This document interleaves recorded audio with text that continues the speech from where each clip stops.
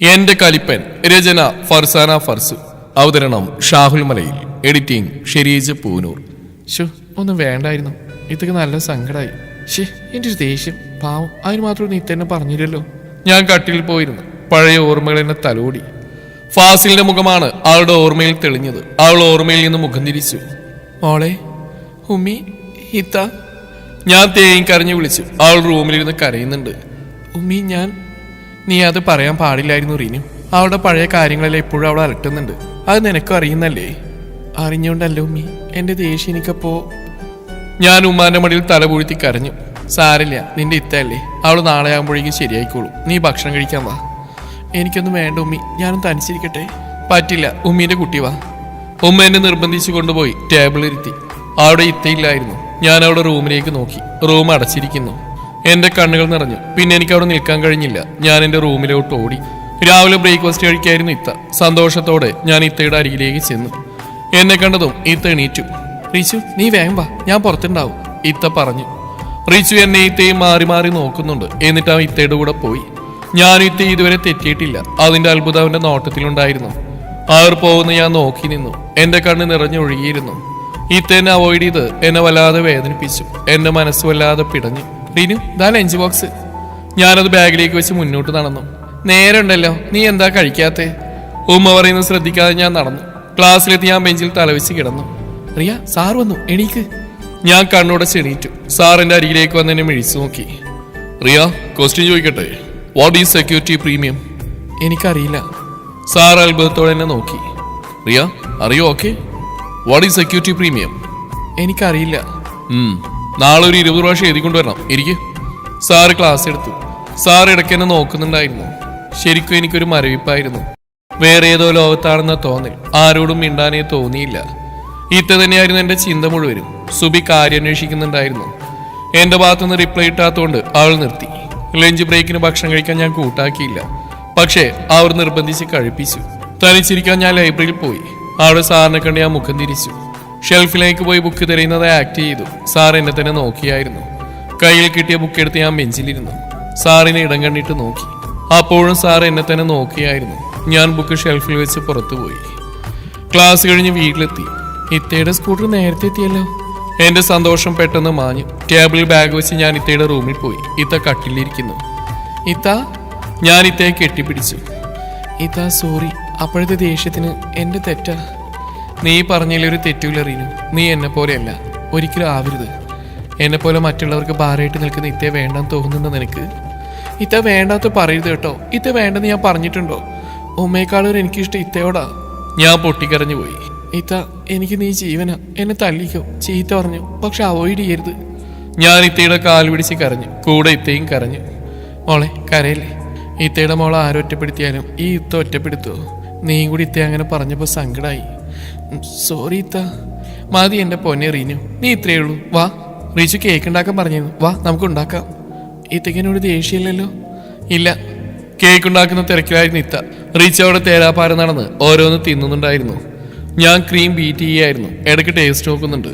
അതാണല്ലോ മെയിൻ. പെട്ടെന്ന് റിച്ച് വന്ന് ക്രീം വാരി. കുരിപ്പേ! ഞാനും അവന്റെ പിന്നാലെ ഓടി. ഇനി 2 കുരിപ്പുകളെ അടുക്കളയിൽ കാലത്ത് ദേഷ്യത്തിൽ ഇത്ത പറഞ്ഞു. നീ കാരണം ഞാൻ എന്തൊക്കെ ടേസ്റ്റ് ചെയ്യായിരുന്നു. ഞാൻ റിച്ചുവിനോട് പറഞ്ഞു. നീ എന്തിനാ ആർത്തി കാണിച്ചേ? അതുകൊണ്ടല്ലേ ഞാൻ എന്നോട് ചോദിച്ചാ പോരെ? ഓ, തരുന്നൊരാള്. അവൻ വായ കൂട്ടി കാണിച്ചു. അവന്റെ അടുത്തേക്ക് പോയത് എനിക്ക് ഓർമ്മയുള്ളൂ. അവന് ഞാൻ നല്ലൊരു ഇടി വെച്ച് കൊടുത്തു. കേക്ക് റെഡിയായി ഫ്രിഡ്ജിൽ വെച്ചു.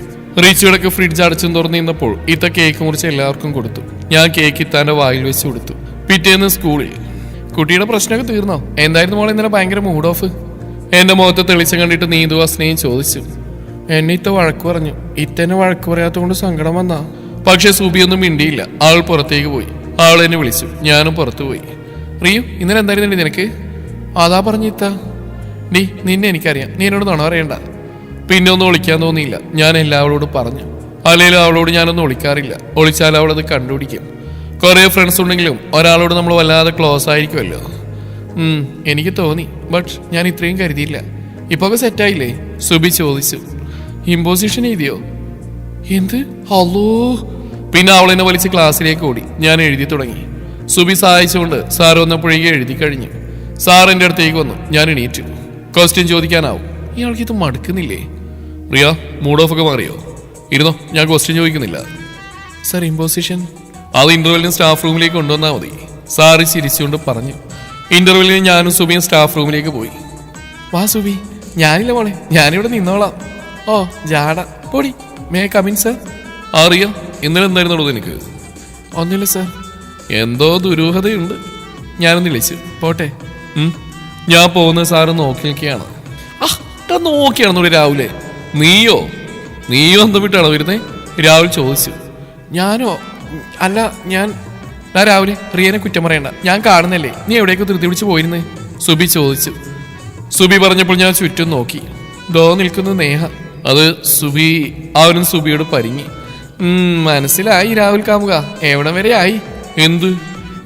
സുബിനൊക്കെ അറിയാം, ഞാൻ പറഞ്ഞു. ഓഹോ, നീ അവളോടും പറഞ്ഞു? എവിടം വരെ ആയി രമണ? സുബി കളിയാക്കി. എവിടെ? ഒന്നും സെറ്റായില്ല. ട്രെയിനും സെറ്റായ നമുക്കുള്ളത് നോക്കാന്നോ? തരാമേ. അങ്ങനെ ക്ലാസ്സിലേക്ക് നടക്കുമ്പോൾ റിയാസിന്റെ പെണ്ണ് വരുന്നു. അവിടെ കുറെ ചെക്കന്മാർ കൂട്ടുന്നിരുന്ന് അവർ വിളിച്ചു പോയി. ഇവന്മാർ ഇന്ന് ഞാൻ ദേഷ്യപ്പെട്ടു. എന്റെ റിയ ഒന്ന് അടങ്ങ്. പിന്നെ ഇതൊക്കെ കേട്ടിട്ട് മിണ്ടാണ്ടിരിക്കണേ ഞാൻ. എന്നാ ചെല്ല്, പോയി ചോദിക്ക്. വേണ്ട. എന്തേ പോകുന്നില്ലേ? അവര് കുറെ പേരില്ലേ, പിന്നെ വഴക്കാവും. ദേഷ്യപ്പെട്ടിട്ട് എന്തിനാ വെറുതെ? അവൻ കുറെ കാലയിൽ പിന്നാലെ നടക്കുന്നു. ഒന്ന് സമ്മതിച്ചാനെന്താ? ഞാൻ മിണ്ടാതെ നടന്നു. ക്ലാസ് കഴിഞ്ഞ് വീട്ടിലെത്തി. മുറ്റത്ത് ഷ്യാബിക്കുണ്ട്. ഷ്യാബ്ക്ക. റീനു, സുഖമല്ലേ നിനക്ക്? സുഖം. കാക്കാക്കോ? പിന്നെ അടിപൊളി. നീ അങ്ങോട്ട് വന്നിട്ട് കുറെ ആയല്ലോടി. ഉമ്മ അന്വേഷിച്ചിരുന്നു. മൂത്തമാക്ക് സുഖല്ലേ? നീ പോയി ഇറങ്ങി. അയ്യോ, എനിക്ക് നാളെ ക്ലാസ് ഉണ്ട്. നീ പോത്തെ ഡ്രസ്സ് എടുക്കാനാ? റീച്ചു ചിരിച്ചുകൊണ്ട് പറഞ്ഞു. അവൻ ഒരുങ്ങിയിരുന്നു. പോത്ത് നിന്റെ കെട്ടിയോള്. എന്റെ കെട്ടിയോളെ പറഞ്ഞാലുണ്ടല്ലോ, പിന്നെ അതൊരു വലിയ വഴക്കായി മാറി. നിങ്ങളിപ്പോഴും ഇങ്ങനെ തന്നെയാണോ അറിയാ? നീയല്ലേ മൂത്ത്? നിനക്കൊന്ന് കുറഞ്ഞു കൊടുത്തൂടെ? കാക്ക ദേഷ്യത്തോടെ ചോദിച്ചു. അവനല്ലേ തുടങ്ങിയ? പറഞ്ഞിട്ട് കാര്യമില്ല ശ്യാമി, നമ്മുടെ വായിലെ വെള്ളം വറ്റുന്നല്ല ഒരു കാര്യമില്ല. ഉമ്മ പറഞ്ഞു.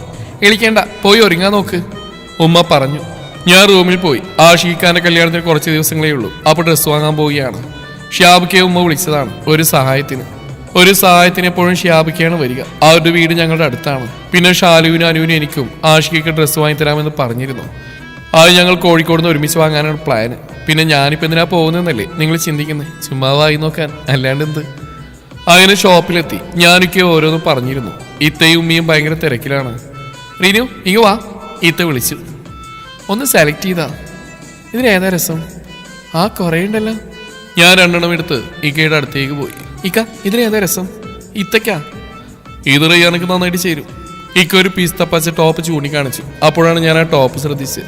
അതൊരു സിമ്പിൾ ടോപ്പായിരുന്നു. ശരിക്കും ഇത്താക്ക് നന്നായിട്ട് ചേരും. ഞാനത് ഇത്താക്ക് കാണിച്ചു കൊടുത്തു. റീനുവിന് നല്ല സെലക്ഷൻ ഉണ്ടല്ലോ, ഇത്ത പറഞ്ഞു. അയ്യോ, ഞാനല്ല ഇക്കയാ. അപ്പോൾ ഇത്തയുടെ മുഖം മാടി.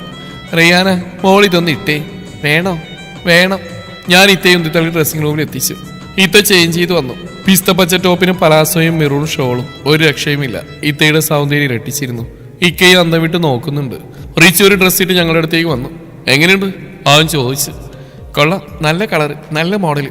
പക്ഷെ ഇത് മനുഷ്യന്മാർക്കുള്ളതല്ലേ, നീ എന്തിനാട്ടെ? അയ്യോ. പിന്നെ ഞാനും നോക്കിയില്ല, ഒറ്റ ഓട്ടം. പിന്നെ ഒരു സ്ഥലത്ത് നിന്ന് കിതച്ചുകൊണ്ടിരുന്നു. അയ്യോ, ഇയാളെന്താ ഇവിടെ? നെക്സ്റ്റ് മാരകം, നമ്മുടെ സാറ്. ഞാൻ കിതച്ചുകൊണ്ടേയിരുന്നു. Riya, what happened? നീ എന്തിനാ ഓടിയത്? Any problem? അയാൾക്ക് അതല്ലേ അറിയൂ. വെള്ളം വേണോ? ഞാൻ തലയാട്ടി. നല്ല ക്ഷീണം ഉണ്ടായിരുന്നു. അമ്മാതിരി ഓട്ടോ ആയിരുന്നല്ലോ. സാറ് എവിടുന്നോ പോയി വെള്ളം കൊണ്ടുവന്നു. ഞാനത് കുടിച്ചു. റിയ, നീ ആരെ പേടിച്ച് ഓടിയത്? സാറിന് മുഖത്ത് ഫൈറ്റ് സീനും റേപ്പ് കേസൊക്കെ ഉണ്ടായിരുന്നു. സാർ, ഞാൻ എൻ്റെ ഫാമിലിയുടെ കൂടെ വന്ന. അപ്പം അനിയൻ അവന് ചേരാത്തൊരു ഡ്രസ്സ് ഇട്ടിരിക്കുന്നു. ഞാൻ അവന് ചെയ്യില്ലെന്ന് പറഞ്ഞു. അതിനവൻ എന്നെ തല്ലാൻ വന്ന. അത്രയും ആകാംക്ഷയോടെ കേട്ടിരുന്ന സാറിന്റെ മുഖം ദേഷ്യത്താൽ ചുവന്നു. പക്ഷെ സാറ് കൺട്രോൾ ചെയ്യാൻ ശ്രമിക്കുന്നുണ്ട്. ഇത്രയും വലിയ പോത്തായില്ലേ? കുട്ടികൾ ഇപ്പോഴും മാറിയിട്ടില്ലേ? സാറ് പുച്ഛത്തോടെ ചോദിച്ചു. ഞാനും നിലച്ചു. അപ്പോഴേക്കും ശ്യാബിക്ക് അവിടെ എത്തിയിരുന്നു. റിനു, നീ എവിടെയായിരുന്നു? ഞാനിവിടെ ഉണ്ടായിരുന്നു. ഇതാരാ? ഇതെന്റെ സാറാ. പിന്നെ അവർ രണ്ടുപേരും പരിചയപ്പെട്ടു. ഞങ്ങൾ അവിടുന്ന് പോന്നു. ഷോപ്പിംഗ് കഴിഞ്ഞ് പുറത്തുനിന്ന് ഭക്ഷണം കഴിച്ചാണ് വീട്ടിലെത്തിയത്. നല്ല ക്ഷീണം ഉണ്ടായിരുന്നു. ഞാൻ വേഗം കിടന്നുറങ്ങി. പിറ്റേയും സാറ് ക്ലാസ്സിൽ വന്നു. എന്നെ നോക്കി വിളിച്ചു. പിന്നെ ബോർഡിൽ പ്രോബ്ലം എഴുതി. അത്യാവശ്യം സ്ട്രോങ് ക്വസ്റ്റ്യനാണ് എഴുതുന്നത്. അതെനിക്കുള്ളതാണ്. ഇതാരെഴുതും? എല്ലാവരും എൻ്റെ മുഖത്തേക്ക് നോക്കി. ഞാനാണല്ലോ എല്ലാവരുടെയും പരിക്കാക്ക. ഞാൻ എണീറ്റുന്നു. അതിൻ്റെ കുറവ് വേണ്ട. റിയ ചെയ്യൂലേ? ഞാൻ ക്വസ്റ്റ്യൻ വായിച്ചു. അതെന്താ, അറിയില്ലേ? അയാൾ പരിഹാസത്തോട് ചോദിച്ചു. അല്ല സർ, ക്വസ്റ്റ്യൻ തെറ്റാ. നിനക്കറിയില്ലെങ്കിൽ അറിയില്ല എന്ന് പറഞ്ഞാൽ പോലെ അറിയാ. ക്വസ്റ്റ്യനിൽ അസറ്റ് എമൗണ്ട് ലയബിലിറ്റി എമൗണ്ട് നോക്കൂ. സാറ് ബോർഡിലേക്ക് നോക്കി. ഇങ്ങനെ ടാലി ആവില്ലല്ലോ. ഞാൻ ഗൗരവത്തോടെ പറഞ്ഞു. സാറ് തലയൊറിഞ്ഞു. Sorry friends, it's my mistake. ചമ്മലോടെ അയാൾ പറഞ്ഞ് ക്വസ്റ്റ്യൻ ശരിയാക്കി. അപ്പോഴേ അയാളുടെ മുഖത്തെ ചമ്മൽ മാറിയിരുന്നില്ല. ഇനി എഴുതാൻ മുറിയാ. ഞാൻ പോയി എഴുതാൻ തുടങ്ങി. ഇടയ്ക്ക് സാറിനെ നോക്കി. സാറ് തലാഴ്ത്തി തലയിൽ ചൊറിഞ്ഞ് നിൽക്കുന്നു. ആ നിൽപ്പ് ഞാൻ വല്ലാണ്ട് ആസ്വദിച്ചു. ഈ ഒരു നിൽപ്പ് ഞാൻ ഒരുപാട് ആഗ്രഹിച്ചിരുന്നു. സർ, ഞാൻ വിളിച്ചു. സാറൊന്ന് ഞെട്ടിക്കൊണ്ടാണ് എൻ്റെ വിളി കേട്ടത്. ചോക്ക്. ഞാൻ ചോക്ക് കിട്ടി. കഴിഞ്ഞോ? സാറ് ബോർഡിലേക്ക് നോക്കി. Okay, good Riya. ഞാൻ സാറിനെ കണ്ണിറുക്കി കാണിച്ചു. അത്രമേൽ സന്തോഷം എൻ്റെ മുഖത്ത് കാണാമായിരുന്നു. ഞാൻ കണ്ണിറുക്കിയതോടെ അയാളുടെ മുഖം ദേഷ്യത്താൽ ചുവന്നു. സാറ് ക്ലാസ് എടുക്കാൻ നിന്നില്ല, വേഗം പോയി. എൻ്റെ റിയമോളെ സമ്മതിച്ചു. അയാളുടെ അഹങ്കാരത്തോടെ മാറിയിട്ടുണ്ടാവും. നീതു എന്നെ തോളിൽ തട്ടി പറഞ്ഞു. ഇതൊക്കെ എന്ത്? സാറിനായ ചമ്മലായി. എങ്ങനെ ചമ്മാതിരിക്കും? അമ്മാതിരി അഹങ്കാരല്ലേ? ആ ഒരു സാറിനെ കുറിച്ച് പറഞ്ഞുകൊണ്ടിരുന്നു. ഡി റിയ, CA പ്രോഗ്രാം എഴുതിയോ? ഇന്റർവ്യൂവിന് എഴുതാം. കഴിയോ? അറിയില്ല, കുറേ ഉണ്ട്. ഇപ്പം ആരാ? എക്കണോമിക്സ്. സാറിൽ നിന്ന് ഞാൻ സ്റ്റാഫ് റൂമിൽ കണ്ടില്ല. ആടി ഇക്കോ ഇല്ല. അപ്പൊ പിന്നെ ഇപ്പോഴെഴുതാലോ? പിന്നെ എഴുത്തു തുടങ്ങി. ക്ലാസ് ഫുൾ എഴുതുകയായിരുന്നു. ബട്ട് ബോയ്സ് ഒച്ചപ്പാടുണ്ടാക്കുന്നുണ്ടായിരുന്നു. എഴുത്തിന് ഫുൾ സ്റ്റോപ്പ് ഇട്ട് നമ്മുടെ സാറ് ക്ലാസ്സിലേക്ക് കയറി വന്നു. ക്ലാസ് മുഴുവൻ അയാൾ തുറച്ചു നോക്കുന്നുണ്ട്. ഇയാൾക്ക് തികഞ്ഞില്ലേ? ഞാൻ കരുതി ചമ്മലോണ്ട് വീട്ടിൽ പോയി കാണുന്നു. ഞാൻ മനസ്സിൽ പറഞ്ഞു. ക്ലാസ് മൊത്തം സൈലന്റ് ആയി. എല്ലാവരും സംസാരിച്ചുകൊണ്ടിരിക്കുകയായിരുന്നു. സാറ് അലറി. ഞാൻ ഉൾപ്പെടെ എല്ലാവരും ഞെട്ടി. എന്താ ഞാനിവിടെ നിൽക്കുന്നുണ്ടില്ലേ? അതോ കാണാത്ത പോലെ നിൽക്കുകയാണോ? പിന്നെ ആരും മിണ്ടിയില്ല. ക്ലാസ്സിൽ നിശബ്ദം നിറഞ്ഞു. സാറ് പ്രോബ്ലം എഴുതാൻ തുടങ്ങി. ഇയാളെന്തിനാ ഇപ്പൊ കയറി വന്ന്? ആരും ചോദിക്കുന്നില്ലല്ലോ. അയാളുടെ ഒരു പ്രോബ്ലം. നീ ഒന്ന് അടങ്ങിയിരിക്കുക. പിന്നെ അയാളുടെ അലർച്ചണ്ടില്ലേ? അതിനെന്താ? പിന്നെ എനിക്കാരും പേടിയില്ല. എന്തോ ഒരു ധൈര്യം എഴുന്നേൽപ്പിച്ചു. സർ. യെസ്. ഇപ്പൊ എക്കണോമിക്സ് അല്ലേ? ഞാൻ ഗൗരവത്തോടെ ചോദിച്ചു. അയാൾ ദേഷ്യത്താൽ കയ്യിലുള്ള ടെക്സ്റ്റ് ബുക്ക് മേശയിലേക്ക് എറിഞ്ഞു. യെസ്, ഞാൻ ഈ ക്വസ്റ്റ്യൻ പ്രതീക്ഷിച്ചതാ. നിങ്ങളെ പഠിപ്പിക്കാൻ ഞാനിവിടെ മുട്ടി നിൽക്കുവാണല്ലോ. എന്നോട് പ്രിൻസിപ്പൾ റിക്വസ്റ്റ് ചെയ്തുകൊണ്ട് മാത്രമാണ് ഞാൻ ഇങ്ങോട്ട് വന്ന്. നിങ്ങളുടെ മുമ്പത്തെ സാർ പോർഷൻസ് അധികം കംപ്ലീറ്റ് ആക്കിയിട്ടില്ല. എനിക്കെന്താ, നിങ്ങൾക്ക് വേണമെങ്കിൽ പഠിച്ചാൽ മതി. അതും പറഞ്ഞ് സാർ ക്ലാസ്സിൽ നിന്ന് ഇറങ്ങിപ്പോയി. എല്ലാവരും അന്തം വിട്ട് നിൽക്കുകയാണ്. അതിലേറെ ഷോക്കിലാണ് ഞാൻ. എൻ്റെ ചുറ്റും കിളികൾ പറന്നു. ക്ലാസ് വീണ്ടും വയലൻ്റായി. പരസ്പരം സംസാരിക്കാൻ തുടങ്ങി. റിയ, നിനക്ക് എന്തിന്റെ കേടാ? നീ എന്തിനാ സാറിന് വെറുപ്പിച്ചത്? ഷിഫാന ദേഷ്യത്തോടെ എന്നോട് ചോദിച്ചു. ആൾക്ക് സാറിനോട് ഇളക്കം തോന്നിയിട്ട് കുറച്ചായി. നീ പൊടി, ഇനിയും റിയ പറയും. നീ നിന്റെ പണി നോക്ക്. ഹസ്ന അവളോട് തർക്കിച്ചു. ഒന്നും മിണ്ടാൻ ഞാൻ നിശബ്ദയായിരുന്നു. എല്ലാവരും പ്രോഗ്രാം എഴുതുന്ന തിരക്കിലാണ്. സുബി എഴുതുന്നതിനിടയിൽ എന്നെ നോക്കി. ഞാൻ ചിന്തയിൽ മുഴുകിയിരുന്നു. ഡി, നീ എഴുതുന്നില്ലേ? എനിക്കൊരു മൂടില്ല. സാറിന്റെ കാര്യം ആലോചിച്ചിട്ടാണോ? അയാൾക്ക് എന്താ ഇത്ര ദേഷ്യം? ഞാൻ കാര്യമായിട്ടൊന്നും പറഞ്ഞില്ലല്ലോ. സ്വാഭാവികമായിട്ടും ആരും ചോദിക്കുന്നല്ലേ ഞാനും ചോദിച്ചുള്ളൂ. നീ അത് വിടടി, അയാൾക്ക് വട്ടാ. അല്ലടി, അയാൾക്ക് എന്നോട് എന്തൊക്കെയോ ദേഷ്യമുണ്ട്. ഫസ്റ്റ് കണ്ട മുതൽ എന്നോട് തട്ടിക്കയറുക. അതിന് നീയും അങ്ങനെ തന്നെ അല്ലായിരുന്നു. പിന്നെ ഇന്ന് ദേഷ്യപ്പെട്ട്. അയാൾക്ക് പേഴ്സണലായിട്ട് എന്തെങ്കിലും പ്രശ്നം ഉണ്ടാവും, അതാവും ദേഷ്യപ്പെട്ട്. നീ അതും പറഞ്ഞ് എഴുതാതിരിക്കേണ്ട മോളെ. 8ന്റെ പണി കിട്ടും. ശരിയാ. ഞാൻ എഴുതാൻ തുടങ്ങി. ഉച്ചക്ക് വരാന്തിൽ നിൽക്കുകയായിരുന്നു ഞാൻ. സാർ അവിടെ ആരോടോ സംസാരിക്കുന്നുണ്ടായിരുന്നു. ഞാൻ സാറിന് പോയി ചിരിച്ചു. പക്ഷെ സാർ എന്നെ കണ്ട് മുഖം തിരിച്ചു. അതെന്നെ വല്ലാണ്ട് സങ്കടപ്പെടുത്തി. അതിന് മാത്രം ഞാൻ എന്താണ് ചെയ്ത്? ക്ലാസ് കഴിഞ്ഞ് വീട്ടിലെത്തിയപ്പോഴും എൻ്റെ ചിന്തകൾ സാറിൽ തന്നെയായിരുന്നു. സാറ് മുഖം തിരിക്കുമെന്ന് ഞാൻ ഒട്ടും പ്രതീക്ഷിച്ചില്ല. ഉറങ്ങുമ്പോഴും എൻ്റെ ചിന്ത സാറ് തന്നെയായിരുന്നു. പെട്ടെന്നാണ് ഇത്തയുടെ ഫോൺ എൻ്റെ കണ്ണിൽപ്പെട്ടത്. ഇത്ത ചാർജ് ചെയ്യാൻ വെച്ചതാണ്. കൊണ്ടുപോകാൻ മറന്നാവും. ഞാനതെടുത്തു. വാട്സാപ്പിൽ സാറിനെ തപ്പിപ്പിടിച്ചു. ഓൺലൈൻ. എൻ്റെ മനസ്സ് വല്ലാണ്ട് പിടഞ്ഞു. മെസ്സേജ് അയച്ചാലോ? സോറി പറഞ്ഞാലോ? വേണ്ട. ഞാൻ സാറിന് DP നോക്കി. കറുത്ത ഷർട്ടിൽ സാറിനെ കാണാൻ നല്ല മൊഞ്ച്. ഞാൻ പെട്ടെന്ന് ഫോൺ ചാർജ് ചെയ്യാൻ വെച്ച് കിടന്നു. മനസ്സിൽ മുഴുവൻ സാറിന്റെ DP ആയിരുന്നു. അടച്ചോനെ, ഞാനെന്താ ഇങ്ങനെ? രാവിലെ ഒരുത്തി കണ്ണാടിയിൽ നോക്കി. റിയ, സോറി പറയുന്നുണ്ടോ? വേണോ? വേണം. അയാൾക്ക് എന്തോ നിന്നോട് ദേഷ്യം ചോദിക്കണം. വേണോ? എനിക്കെന്തോ ഒരു... എന്നാ വേണ്ട. സോറി പറയല്ലേ? കണ്ണാടി നോക്കി ഞാൻ പരസ്പരം പറഞ്ഞുകൊണ്ടിരുന്നു. ക്ലാസ്സിൽ സാറ് വരുന്നു കാത്തിരുന്നു. പക്ഷേ എക്കണോമിക്സ് സാറായിരുന്നു വന്നത്. സാറ് ക്ലാസ് എടുക്കാൻ തുടങ്ങി. എൻ്റെ മനസ്സ് വല്ലാണ്ട് നീറി. സാറ് എവിടെയെന്ന ചോദ്യം എന്നിൽ ഉയർന്നു. സർ, അഫ്സൽ സാർ എവിടെ? പെട്ടെന്നുള്ള എൻ്റെ ചോദ്യത്തിൽ എല്ലാവരും അന്തം വിട്ട് നിൽക്കുന്നുണ്ട്. പ്രത്യേകിച്ച് സുബി, അസ്ന, നീതു. സാറ് ലീവാണ് റിയ. അതും പറയാൻ ക്ലാസ് തുടങ്ങി. പക്ഷെ എനിക്ക് ക്ലാസ്സിൽ ശ്രദ്ധിക്കാൻ തോന്നിയില്ല. സാറെന്താ ലീവ്? ഞാൻ കാരണമാണോ? സാറിനുള്ള ദേഷ്യം കൊണ്ടാണോ? അങ്ങനെ പല പല ചോദ്യങ്ങൾ എൻ്റെ മനസ്സിനോട് ചോദിച്ചുകൊണ്ടിരുന്നു. ക്ലാസ് കഴിഞ്ഞ് ബസ് സ്റ്റോപ്പിലെത്തി. അവിടെ ഞാൻ ഒട്ടും ഇഷ്ടപ്പെടാത്തൊരു മുഖം എന്നെ നോക്കി ചിരിക്കുന്നു. ഫാസിൽ. ഞാൻ സുബിയുടെ കൈ മുറുക്കെ പിടിച്ചു.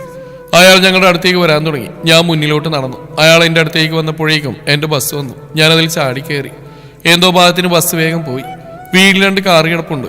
ഷിയാബ് കാക്കാന്റെ എളാപ്പനെ കാർ കണ്ടപ്പോഴേ എനിക്ക് മനസ്സിലായി. ആഹാ, എളാപ്പാന്റെ ബിസിനസ്സുകാരി വന്നോ? പോ എളാപ്പാ. ദേ ഷിയാബ്, ഉപ്പാനോട് ഈ ജോലി നോക്കി വെക്കാൻ പറയണം കേട്ടോ. എളാപ്പ കളിയാക്കി. ഞാൻ അകത്തേക്ക് പോയി. അവിടെ ഷാലുവും ഉമ്മയും എളാമയും ഉണ്ടായിരുന്നു. അവരെ കണ്ടപ്പോ കാര്യം മനസ്സിലായി. മോളെ, നീ പോയി ഒരുങ്ങി, എടുക്കാനുള്ള എടുത്തോ, ഇപ്പൊ പുറപ്പെടും. ഞാൻ റൂമിലോട്ട് പോയി, കൂടെ ഷാലു. ആഷിക്കാടെ കല്യാണത്തിന് 5 ദിവസം കൂടെ ഉള്ളൂ. അപ്പൊ ഞങ്ങൾ ഇപ്പൊ തന്നെ പോവുകയാണ്. അവരെല്ലാവരും ഒരുങ്ങി എന്നെ കാത്തു നിൽക്കുകയാണ്. ഞാനെല്ലാം ഇന്നലെ തന്നെ കരുതി വെച്ചിരുന്നു. ഷാലു അനുവും വീഡിയോ കോൾ ചെയ്തിരുന്നു. അങ്ങനെ ഞങ്ങൾ പുറപ്പെട്ടു. മൂത്താപ്പയും ഫാമിലിയും അവിടെ എത്തുന്നു പറഞ്ഞിട്ടുണ്ട്. അവിടെ എത്തിയപ്പോഴേക്കും രാത്രിയായിരുന്നു. അത്യാവശ്യം വലിയ വീടാണ് അനുവിന്റെ, അതായത് അമ്മായിയുടെ. അവിടെ പന്തലിന്റെ സാധനങ്ങളൊക്കെ വെച്ചിട്ടുണ്ട്. നാളെ പണി തുടങ്ങും. ആഷിക്കയുടെ കൂട്ടുകാരെല്ലാവരും ഉണ്ട്. ആഷിക്കിനൊപ്പം അവരെന്തൊക്കെയോ സംസാരിക്കുകയാണ്. ആഷിക, ആ കാന്താരിസ് വന്നോ? ഡാ, ഞാൻ പറഞ്ഞ കാന്താരി. അയാൾ എന്നെ നോക്കി മുഖം തിരിച്ചു. ഞാൻ അയാളെ നോക്കി. സർ. തുടരും. ഈ കഥയുടെ ബാക്കി ഭാഗം നാളെ ഇതേ സമയം.